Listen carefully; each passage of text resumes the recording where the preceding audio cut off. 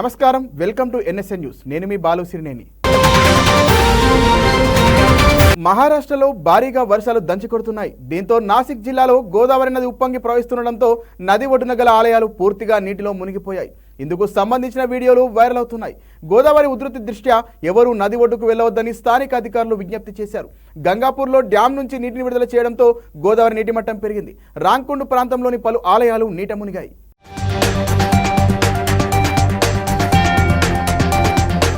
NAOB company ప్రహారీ గోడ నిర్మిస్తే సముద్రంలో వేటకు వెళ్లేందుకు అవకాశం ఉండదని అనకాపల్లి జిల్లా పెదకావలపల్లి గ్రామస్తులు యలమంచిలిలో ఆందోళనకు దిగారు. తమకు ఉపాధి కల్పిస్తున్న సముద్రానికి వేట కోసం వెళ్లకుండా అడ్డుగా గోడ నిర్మించడం పట్ల గ్రామస్తులు కంపెనీ తీరుపై మండిపడ్డారు. అచ్యుతాపురం సెజ్కు వెళ్లే బస్సులను అడ్డుకుని నిరసన తెలిపారు. సమాచారం తెలుసుకున్న పోలీసులు నిరసనను అడ్డుకునేందుకు యత్నించారు. దీంతో గ్రామస్తులు పోలీసులకు మధ్య వాగ్వాదం చోటు చేసుకుంది.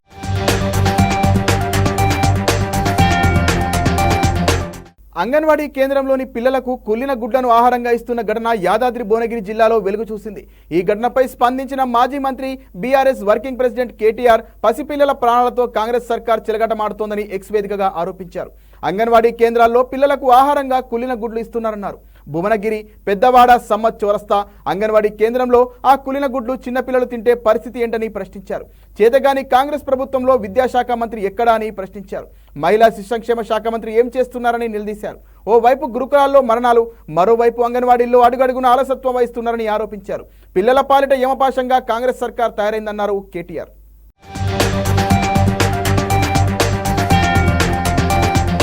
కారు ఢీకొన్న ప్రమాదంలో బాలుడికి తీవ్ర గాయాలైన ఘటన సిద్దిపేట జిల్లాలో చోటు చేసుకుంది. నారాయణరావుపేట మండలం గుర్రాలగొందికి చెందిన ఓ బాలుడు ఆడుతూ రోడ్డుపైకి వచ్చాడు. అటుగా వేగంగా వస్తున్న కారు ఢీకొనడంతో తీవ్ర గాయాలయ్యాయి. స్థానికులు మెరుగైన చికిత్స కోసం బాలుడిని 108 అంబులెన్స్ వాహనంలో సిద్దిపేట ప్రభుత్వ ఆసుపత్రికి తరలించారు.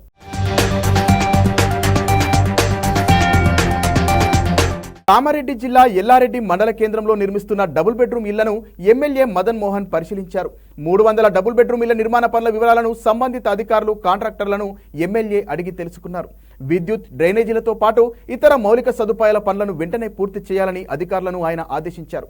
పూర్తి స్థాయిలో ఇళ్ల నిర్మాణాలు పూర్తి చేసేందుకు 40 లక్షల నిధులు అవసరమవుతాయన్నారు అధికారులు. స్పందించిన ఎమ్మెల్యే కలెక్టర్తో మాట్లాడి స్పెషల్ డెవలప్మెంట్ ఫండ్స్ మంజూరీకి కృషి చేస్తారని హామీ ఇచ్చారు. అవకతవకలు చోటు చేసుకోకుండా నిజమైన లబ్ధిదారులకు ఇల్లు పంపిణీ చేయాలని అధికారులకు సూచించారు.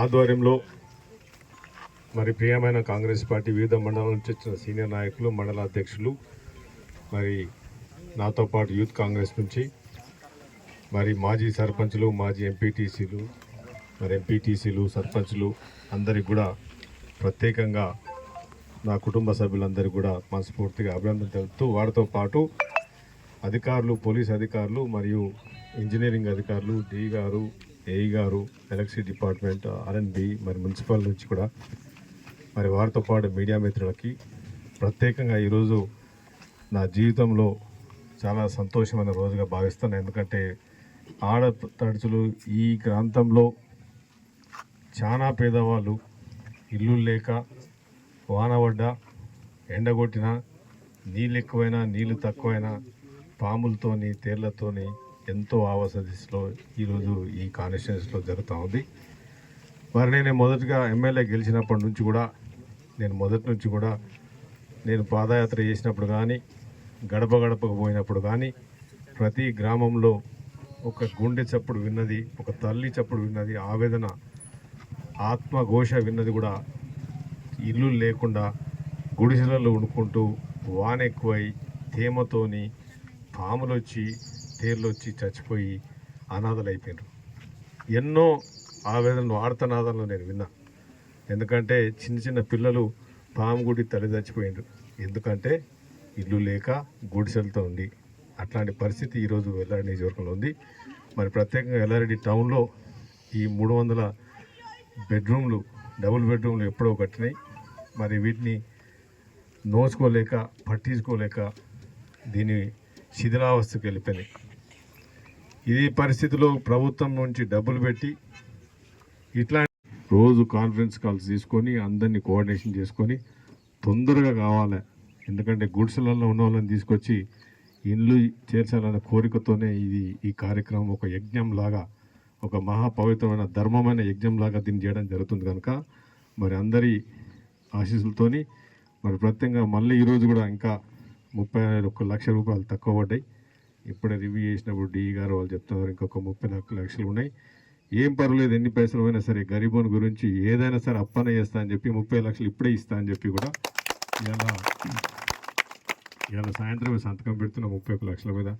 ఎందుకంటే మరి వాళ్ళు ఇల్లు ఉండడానికి ఎన్ని పైసలు ఖర్చుకోవడానికి డి గారికి చెప్పిన ఈరోజు స్పెషల్ డెవలప్మెంట్ ఫండ్స్ కామారెడ్డి జిల్లా కేంద్రంలో ప్రభుత్వ సలహాదారు షబ్బీర్ అలీ పర్యటించారు.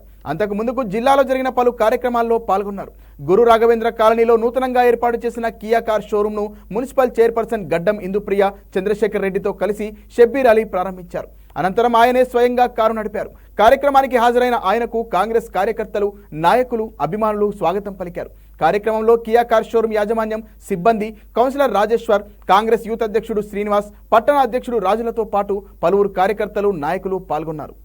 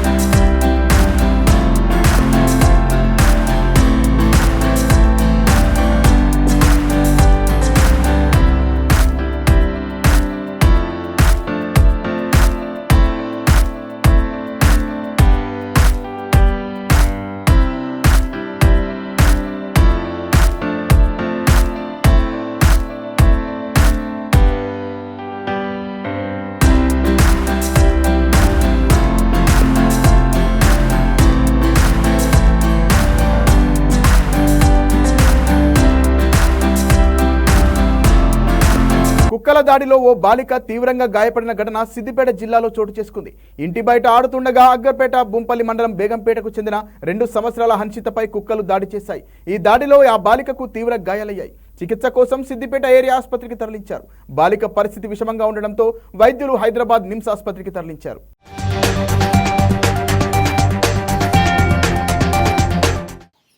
ఈ రోజు మధ్యాహ్నం 2 గంటల ప్రాంతంలో బేగంపేట గ్రామంలో పిల్లలు ఆడుకుంటుండగా అనమైన దేవేందర్, అనూష కూతురు అనిషిత మీద వీధి కుక్కలు దాడి చేసినాయి. తీవ్రంగా గాయపడ్డ అనిషితను బొంపల్లి హాస్పిటల్ తీసుకుపోయి అక్కడి నుంచి అంబులెన్స్లో సిద్దిపేట తీసుకుపోయారు. వాళ్ళు వెంటనే నిమ్స్ హాస్పిటల్ రెఫర్ చేశారు. నిమ్స్ ఆసుపత్రి తీసుకుపోయారు. తీవ్రంగా గాయపడ్డది కాబట్టి ఆమెను కాపాడడానికి ఒక అధికారులు కానీ, వైద్యులు కానీ దయచేసి కొంచెం కేర్ తీసుకొని ఆమెను కాపాడడానికి ప్రయత్నం చేయాలని కోరుతున్నాం.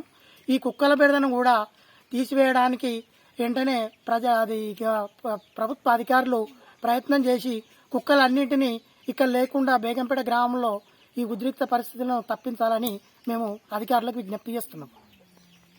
మేడ్చల్ జిల్లా గట్కేసర్ మండలం వెంకటాపూర్లో ఎమ్మెల్యే పల్లా రాజేశ్వర్ రెడ్డికి చెందిన నీలిమ మెడికల్ కళాశాల వద్ద తీవ్ర ఉద్రిక్తత పరిస్థితి నెలకొంది. పల్లా రాజేశ్వర్ రెడ్డికి చెందిన గాయత్రి ఎడ్యుకేషనల్ ట్రస్ట్ పేరిట తమ భూమిని కబ్జా చేశారని కొందరు ఆందోళనలు చేపట్టారు. నిరసనకారులు మీడియాతో మాట్లాడుతున్న సమయంలో పల్లా రాజేశ్వర్ రెడ్డి అనుచరులు అడ్డుకున్నారు. దీంతో వారి మధ్య వాగ్వాదం చోటు చేసుకుంది. ఒకరినొకరు తోసుకున్నారు. సమాచారం అందుకున్న పోలీసులు ఘటనా స్థలానికి చేరుకొని ఆందోళనకారుల ఘర్షణను అడ్డుకున్నారు. అనంతరం ఇరు వర్గాల పోలీస్ స్టేషన్కు వెళ్లి పరస్పరం ఫిర్యాదు చేసుకున్నారు.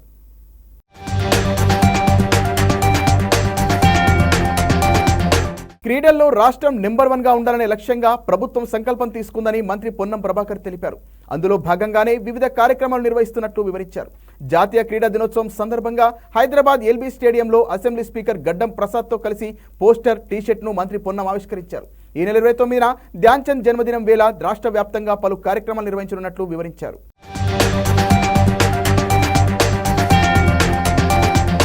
రాష్ట్రం భవిష్యత్తులో క్రీడా రంగంలో నెంబర్ 1 ఉండాలి. క్రీడా రంగాన్ని అన్ని రకాలుగా పాఠశాల విద్యార్థుల నుంచి ప్రోత్సహించాలనే సంకల్పంతో గ్రామీణ ప్రాంతాల నుంచి క్రీడాకారులను, క్రీడా నైపుణ్యాన్ని బయటకు తీసుకొచ్చే విధంగా ప్రభుత్వం సంకల్పం తీసుకుంది. అందులో భాగంగానే ఈ క్రీడా దినోత్సవాన్ని కూడా ఘనంగా జరపడంతో పాటుగా 29 నాడు గౌరవ ముఖ్యమంత్రి గారు గచ్చిబౌలి స్టేడియంలో ధ్యాన్ చంద్ గారికి విగ్రహానికి పూలమాల అలంకరణ చేసి ఈ కార్యక్రమంలో పాల్పంచుకుంటారు. అన్ని జిల్లాల్లో కూడా ఈ కార్యక్రమం జరుగుతుంది. ప్రతి తల్లి, తండ్రి పిల్లలను ప్రోత్సహిస్తూ క్రీడల్లో భాగస్వాములు అయ్యే విధంగా వాళ్ళందరికీ ప్రోత్సాహాన్ని ఇవ్వాలని సందర్భంగా విజ్ఞప్తి చేస్తా ఉన్నాం. చైనాలో శరదృతువు మధ్యలో జరిగే గాలా ఫెస్టివల్ కోసం సిద్ధం చేసిన వేదిక వీక్షకులను అబ్బురపరుస్తోంది. కళ్ళు మిరుమిట్లు గొలిపే విద్యుత్ అలంకరణ, అక్కడి 3D ఆకృతులు మంత్రముగ్ధుల్ని చేస్తున్నాయి. షెన్యాయ్ నగరంలోని డింగ్ షియాంగ్ సరస్సు ఒడ్డున ఈ వేదిక ఏర్పాటు చేశారు. గాలా వేడుక కోసం సుందరమైన సాహిత్య, కాల్పనిక కళాత్మకతను ప్రదర్శించడమే ఈ వేడుక ఉద్దేశంగా నిర్వాహకులు తెలిపారు. వేదికపై ఏర్పాటు చేసిన 360 డిగ్రీలు తిరిగే 3D చందమామ ప్రతిరూపం కళ్ళు తిప్పలేనంతగా అందంతో ప్రత్యేక ఆకర్షణగా నిలుస్తోంది. చైనీస్ చంద్రయాన క్యాలెండర్లో 8వ నెల 15వ రోజున చంద్రుడు పూర్తి స్థాయి వెలుగుతున్న రాత్రి ఈ గాలా వేడుకను అక్కడి వారు జరుపుకుంటారు.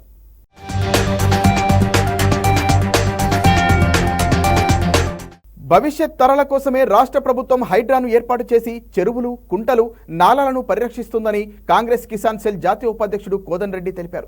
రాజకీయాలకు అతీతంగా పనిచేస్తున్న హైడ్రా పనితీరును ప్రజలు ప్రశంసిస్తుంటే విపక్షాలు విమర్శించడం సరికాదని అన్నారు. హుస్సేన్ సాగర్ ను కాపాడుకోవాలనే ఉద్దేశంతోనే విజయభాస్కర్ రెడ్డి కాలంలో బుద్ధ పూర్ణిమ ప్రాజెక్టు నెక్లెస్ రోడ్ ఏర్పాటైందని తెలిపారు.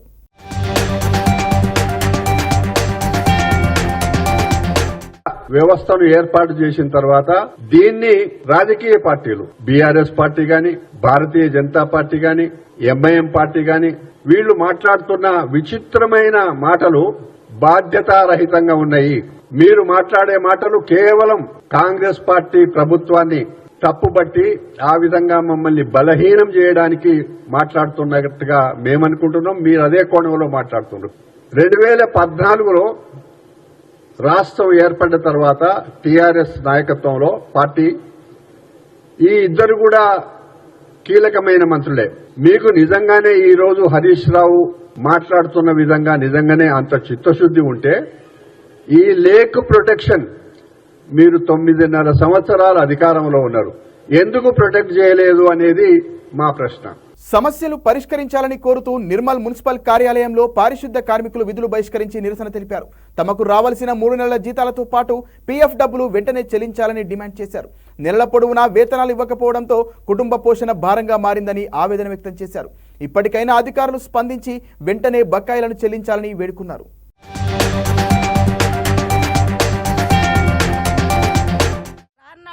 జరమచ్చి పడితే రోడ్డు మీద దుబ్బ కొడతాం. మాకు ఇన్సూరెన్స్ లేదు, ఏం లేదు. కాలిరియా చేతిరిగే మాకు జిమ్మదారు వాళ్ళు సార్, మీకు నమస్కారం. మాకు అన్ని మేము 40 ఏళ్ల సంది ఎవరైతే చేస్తున్నామో మాకు అన్ని సౌఖ్యాలని చెయ్యాలా. చేసేదాకా మేము ఈదుళ్ళకి వెళ్ళాం. మేము చేతులు బట్టి కుక్కలు, పిల్లులు, మంచులు, అనాథుల పీనుగులుసుగా ఎత్తుకపోయే పరిస్థితుల్లో ఉన్నాం. మేము ఇన్నేళ్ల సంధి చేస్తున్నాం. కానీ మమ్మల్ని కర్ణించి మోడీ సారు ఆయన పేరు రేవంత్ రెడ్డి మమ్మల్ని కర్ణించి మాకు జీతాలు పెరగాల. 3 నెలల వేతనాలు లేవు, 13 నెలల నుంచి పిఎఫ్ కడతలేరు. మరి కడవుతున్నాయి, ఆ పైసలు తిరిగి పోతున్నాయి. మరి అసలైన పైసలు పోతున్నాయి. వేతనాలు ఖచ్చితంగా వేసేదాకా ఈ డ్యూటీలోకి వెళ్ళాము. పిఎఫ్ 13 నెలలు కట్టేదాకా మేము డ్యూటీలోకి రాము. ప్లస్ ఇంకోటి ఏంటంటే యూనిఫామ్ మాకు 7 ఏళ్ళు అవుతున్నాయి కానీ మాకు యూనిఫామ్ లేవు. వేదాద్రి ఎత్తిపోతల పథకం ద్వారా తాగునీటి సమస్య పరిష్కరిస్తామని విజయవాడ ఎంపీ కేశినేని శివనాథ్ హామీ ఇచ్చారు. నందిగామ, కొండపల్లిలో మున్సిపల్ చైర్మన్ ఎన్నికల నిర్వహణ కోసం ఈసీ అధికారులను కలుస్తామన్నారు. నందిగామలో ప్రజలతో మాట్లాడి సమస్యలు తెలుసుకున్నారు. రాష్ట్రంలో త్వరలోనే జాతీయ క్రీడలు జరిగేలా ప్రభుత్వం కృషి చేస్తోందన్నారు.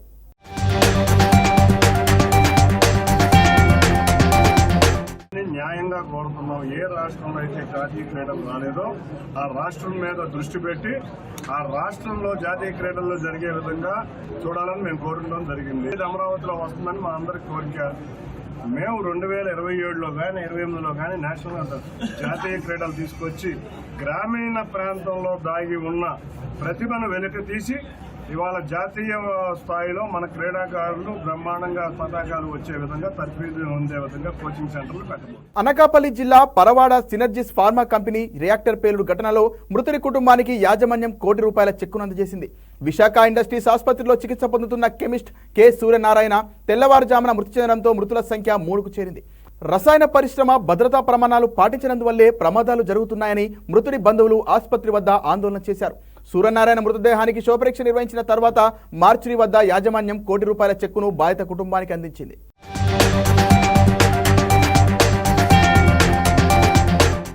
వచ్చిన ఆదేశాల మేరకు మేము పాటించడం జరుగుతుంది. ఒక్కసారి హయ్యర్ ఆదేశాల దగ్గర నుంచి వచ్చిన ఆదేశాలని మేము శిరసా వహించాలి. కలెక్టర్ గారు చెప్పిన ఆదేశాలను శిరసా వహించాలి. మొన్నటి ఉదయాన్నే యాక్సిడెంట్ అయిందని తెలిసింది. వచ్చిన తర్వాత ఇక్కడ హాస్పిటల్లో జాయిన్ చేయడం జరిగింది. ఎంఆర్ఓ గారు వచ్చారు, కలెక్టర్ గారు వచ్చారు, సహకరించారు. అయితే ఈ కాంపన్సేషన్ దగ్గరికి వచ్చేటప్పటికే కొంచెం వివాదం ఏర్పడింది. అధికారులతో మాట్లాడి ₹1 కోటి కాంపన్సేషన్ ఇప్పించడానికి, ఈ ఫ్యూనరల్కి ₹10,000 ఇప్పించడానికి, బాడీనేమో స్వగ్రామం తీసుకెళ్ళడానికి ఒప్పందం చేశారు. ఇప్పుడు చనిపోయిన కార్మికుడికి ₹1 కోటి నష్టపరిహారం ఇవ్వాలని డిమాండ్ చేస్తాం. దాని ప్రకారంగా ₹1 కోటి నష్టపరిహారం చెక్ ఇవ్వడానికి యాజమాన్యం కూడా అంగీకరించింది. అరిచేతిలో ప్రాణాలు పెట్టుకుని క్షణక్షణం భయాందోళన మధ్య కార్మికులు ఫార్మా పరిశ్రమలో విధులు నిర్వహిస్తున్నారు. భద్రతా పరికరాలు కార్మికులకు ఇవ్వకుండా లాభాలే పరమార్జంగా యాజమాన్యాలు వ్యవహరించడం వల్ల ఈరోజు కార్మిక కుటుంబాలు ఈదిన పడుతున్నటువంటి పరిస్థితి. అందుకని ప్రభుత్వాలు ఇప్పటికైనా భద్రతా ప్రమాణాలు అమలయ్యేటట్లుగా భద్రతా ఆడిట్ నిర్వహించండి ఫార్మా పరిశ్రమల్లో. కేంద్ర పాలిత ప్రాంతం లద్దాఖ్లో 5 కొత్త జిల్లాలను ఏర్పాటు చేసేందుకు కేంద్ర ప్రభుత్వం నిర్ణయించింది. ఈ మేరకు కేంద్ర హోంశాఖ మంత్రి అమిత్ షా సామాజిక మాధ్యమం X ద్వారా వెల్లడించారు. కొత్త జిల్లాల పేర్లను జన్స్కర్, ద్రాస్, షామ్, నుబ్రా, చెంగ్దంగాషా పేర్కొన్నారు. అభివృద్ధి చెందిన సంపన్నమైన లద్దాఖ్ను నిర్మించాలనే ప్రధాని నరేంద్ర మోదీ విజన్లో భాగంగా 5 కొత్త జిల్లాలను ఏర్పాటు చేయాలని నిర్ణయించినట్లు తెలిపారు. ఈ నిర్ణయంతో ప్రతి ఇంటికి ప్రభుత్వ ఫలాలు అందుతాయని అమిత్ షా తెలిపారు. లద్దాఖ్ ప్రజలకు సమృద్ధిగా అవకాశాలను కల్పించేందుకు మోదీ ప్రభుత్వం కట్టుబడి ఉందని అమిత్ షా తెలిపారు.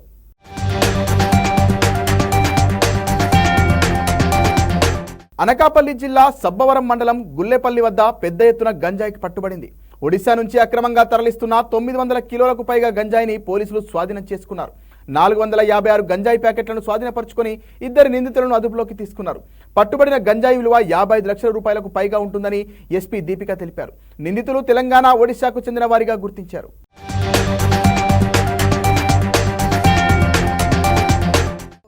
స్పెషల్ క్యాబిన్ పెట్టారు. ఏదైతే దీంట్లో అయితే కన్సీల్ చేసి గాంజా హైడ్ చేశారో అది మన డ్రైవర్ క్యాబిన్ లో ఒక బాక్స్ లాంటి స్పెషల్ క్యాబిన్ చేశారు. డ్రైవర్ తో పాటు ఉన్న హెల్పర్ అరెస్ట్ చేయడం జరిగింది. టోటల్ 55 lakhs పైన worth property was seized in this case. ఇలాగే ఈ డిస్ట్రిక్ట్ లో ఇంకా ట్రాన్స్పోర్టేషన్ ఆపడానికి మనం ఒక యాంటీ నార్కోటిక్ టాస్క్ ఫోర్స్ కూడా డిస్ట్రిక్ట్ లో కాన్స్టిట్యూట్ చేస్తాము. Special anti narcotic beats serve చేస్తాం జరుగుతుంది డిస్ట్రిక్ట్ లో. అట్లాగే ఏదైతే 2 నార్కోటిక్ స్నిఫింగ్ డాగ్స్ ఉన్నాయో టోల్ ప్లాజాస్ దగ్గర ఇంకా చెక్ పోస్ట్ దగ్గర ఈ నార్కోటిక్ స్నిఫింగ్ డాగ్స్ యూజ్ చేసి కూడా గాంజాని. శత్రు దేశాలను క్షిపణి పరీక్షలతో కవ్వించే ఉత్తర కొరియా మరో ఆయుధాన్ని పరీక్షించింది. నిర్దేశిత లక్ష్యాలను పేల్చేందుకు రూపొందించిన పేలుడు డ్రోన్లను ప్రయోగించింది. ఉత్తర కొరియా అధ్యక్షుడు కిమ్ జాంగ్ ఉన్ ఈ పరీక్షను దగ్గరుండి పర్యవేక్షించారు. డ్రోన్ పనితీరును అధికారులు అడిగి తెలుసుకున్నారు. ఇందుకు సంబంధించిన చిత్రాలను ఉత్తర కొరియా అధికారిక మీడియా KCNA విడుదల చేసింది. తెల్ల రంగులో X ఆకారపు తోకలున్న ఓ డ్రోన్ దక్షిణ కొరియా K2 ప్రధాన యుద్ధ ట్యాంకును పోలి ఉండే లక్ష్యాన్ని ధ్వంసం చేసినట్లు KCNA చిత్రాల్లో ఉంది. యుద్ధ సంసిద్ధత కోసం మిలిటరీకి అలాంటి ఆయుధాలను అభివృద్ధి చేయాలని అధికారులను కిమ్ ఆదేశించినట్లు KCNA పేర్కొంది.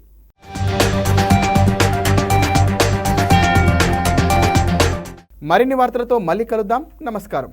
చేశారు.